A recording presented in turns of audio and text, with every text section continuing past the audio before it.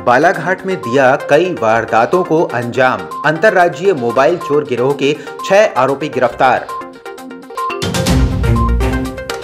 Commissioner पद से इस्तीफा देने के बाद अधिवक्ता के रूप में पैरवी करने बालाघाट पहुंचे बी चंद्रशेखर बोरकर।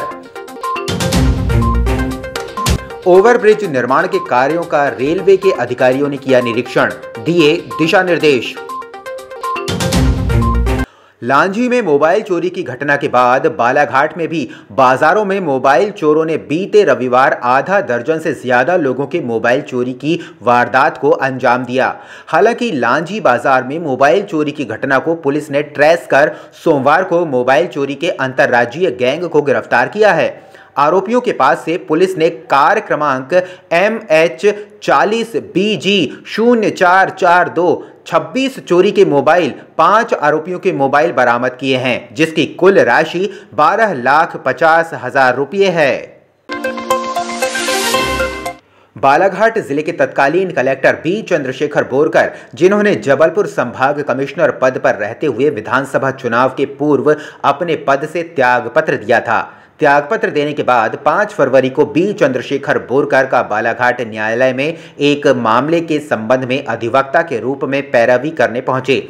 बोरकर के बालाघाट पहुंचने पर अधिवक्ताओं ने उनका सम्मान भी किया।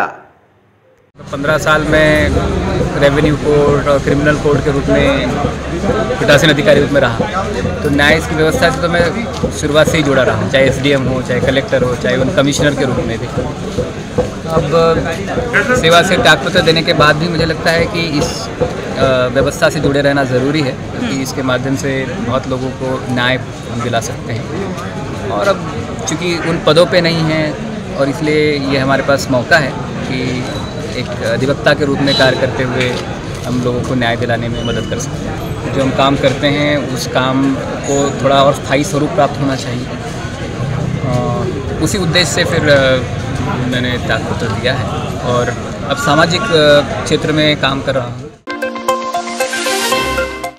शहर में सरेखा रेलवे क्रॉसिंग पर ओवरब्रिज निर्माण का कार्य किया जा रहा है, जिससे सरेखा रेलवे क्रॉसिंग से चौपहिया वाहनों की आवाजाही बंद कर दी गई है। सोमवार को नागपुर डिवीजन के रेलवे अधिकारियों ने सरेखा रेलवे क्रॉसिंग पर चल रहे निर्माण कार्यों का निरीक्षण किया। इस दौरान कार्य कर रहे निर्माण एजेंसी के ठेकेदार के कर्मचारियों व संबंधित अधिकारियों को दिशा निर्देश भी दिए गए।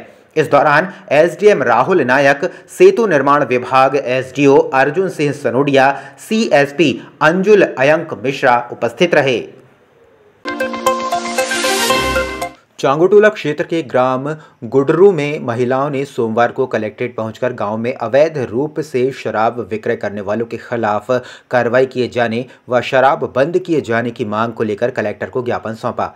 इस दौरान ज्ञापन सौंपने पहुंची महिलाओं ने बताया कि गांव में अवैध रूप से शराब का विक्रय गली मोहल्लों में किया जा रहा है, जिससे गांव के युवा नशे की ओर जा रहे हैं। शराब के नशे में आए दिन घर घर व गांव में विवादित माहौल बन रहा है। उन्होंने कलेक्टर से मांग की है कि अवैध शराब बिक्री पर रोक लगाई जाए।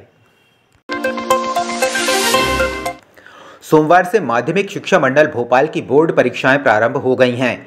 5 फरवरी को 10वीं बोर्ड का पहला प्रश्न पत्र हिंदी का पर्चा जिले के 133 परीक्षा केंद्रों में परीक्षार्थियों ने हल किया।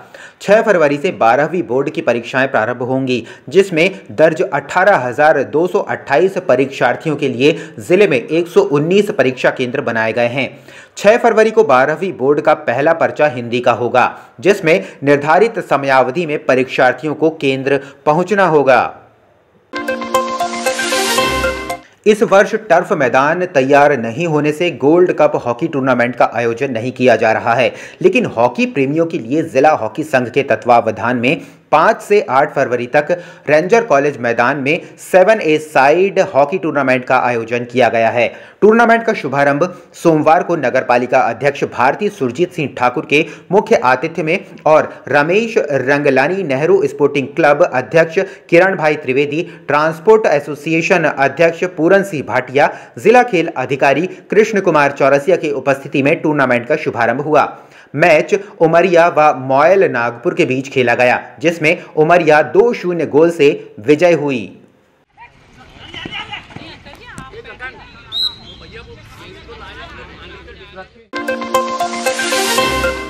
शासकीय महाविद्यालय लामता की राष्ट्रीय सेवा योजना इकाई का 7 दिवसीय विशेष शिविर ग्राम पंचायत मोरिया में 10 फरवरी तक लगाया गया है।